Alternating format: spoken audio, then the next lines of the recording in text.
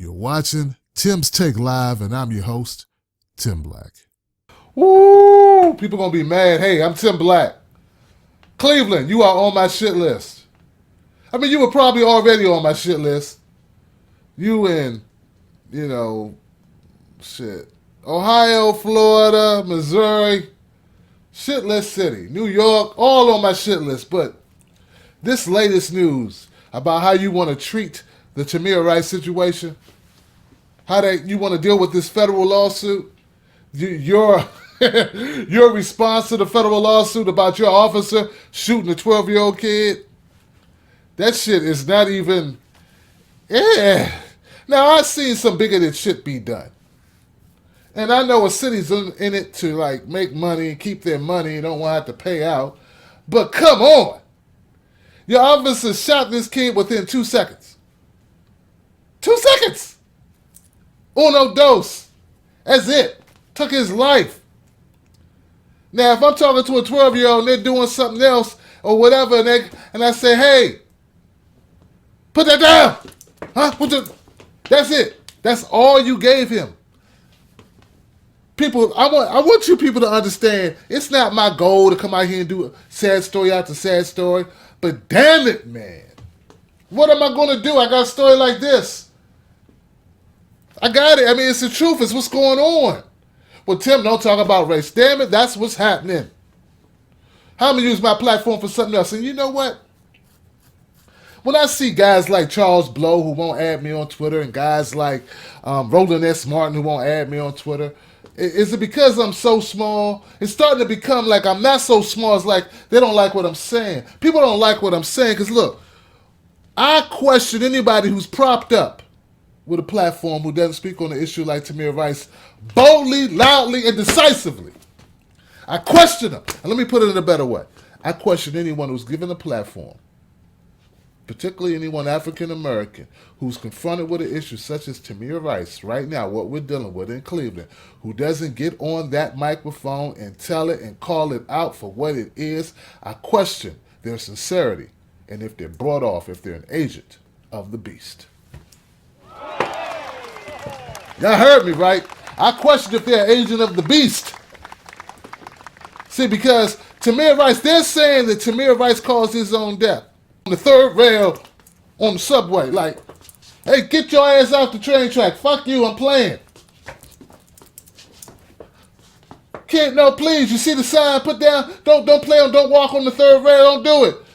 Forget you. That's the level of what they're putting this. That's their defense, that a kid at a park who hadn't broken any laws, had not committed vandalism, nothing, that his actions caused his death, not the bullets. When those cops rolled up and they saw Tamir Rice, they didn't think about what age he was. They thought about what he looked like to them. And it's like a little man inside your head. They see something, and this little man runs from the front of their eye, the back of their eyeball, to their brain, runs back to a filing cabinet, reaches in the filing cabinet and pulls out a document. What does this mean? Pulls up a document, runs back to the brain and says, here it is, thug. What you see is a thug. That's what they saw Tamir Rice as a thug. Now, if he'd have been a white kid, it's possible. I'm not saying totally, because hypotheticals are hard to gauge. But I got a feeling if he was a white kid playing with a gun at the park and somebody said it looked like it was a juvenile playing with a gun at the park, they probably would have said, went back and did the same thing. And got a document. And that document would have said, mischievous kid, like Bart Simpson, just needs more talking to. Just needs more adult supervision. Not thug, but just needs more adult supervision. Or maybe they went back and it'd have been like, document. Oh, like Opie from Andy Griffith's show. He's shooting at some squirrels. American kid. See, that's the problem. And until we start addressing the problem and accepting the problem that black people are seen as the evil, as the dangerous, as the culprits, the bad guys, until we accept that that is an infected way of thinking that has been hitting us all. Way before, look, and here goes the kicker. Rap music perpetuates it, so does movies, but you know what? They didn't start it. See, the idea was started Back before there was a TV or radio, there was no Grandmaster Flash, no Africa Bambaataa, no NWA, no Ice Cube, no Eazy-E, none of that shit. They already had that idea. That was already out here. And where did it come from? You didn't make it. I didn't make it. Right? We're infected by it. We deal with it. It manifests itself in different ways. But we didn't create it. Because back when people had to put gunpowder in a musket, do all that shit in order to shoot one bullet, and they have to do the same shit. Back then, people thought the same thing. They'd have rolled up on their horse and seen Tamir Rice playing with a stick, thought it was a gun and shot him. Well, they just shot him. They wouldn't even need to think of it as a gun. But I'm just saying, same thing. What's that nigga doing with a gun? What's that nigga doing with his finger? What is he doing outside? Why is he out here? His own fault. It's his own fault he got killed. And luckily, he didn't get his whole family killed. Understand? So anyway, Cleveland is on my shit list. No, right now, for this right here, not only Cleveland's on this shit list, anyone that you consume content from who speaks on issues, right? Oh, especially these liberal fucks. It's like I don't know if I could call myself a liberal anymore. I don't think I'm a conservative, but it's hard to call myself a liberal. And if Alex Jones is a libertarian, I damn sure can't call myself that because I don't want to be associated with that shit. So I'm like, I don't know. I'm just Tim Black. But I'm going to tell you something. Anybody who calls themselves a liberal, who doesn't put a video up about this or talk about this issue and face it head on, fuck them.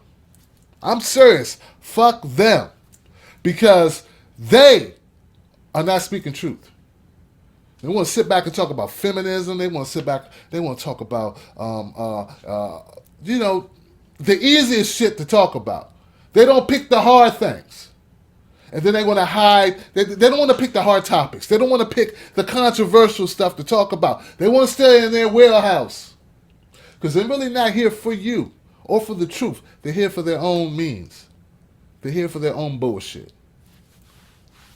All right?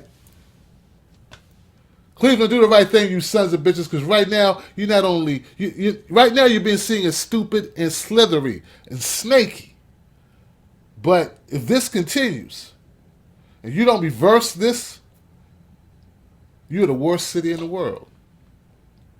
In my eyes, I mean, who else condones the murder of a 12-year-old kid? Who else does that? And blames a kid for getting shot by a cop. This is the world we live in, guys. Don't let this Obama getting 2 terms fool you. That's what it's designed to do, to fool the fuck out of you. Everything's great. It's great. Jon Stewart said it was great. Oh, no, it's not great. It's fucked up.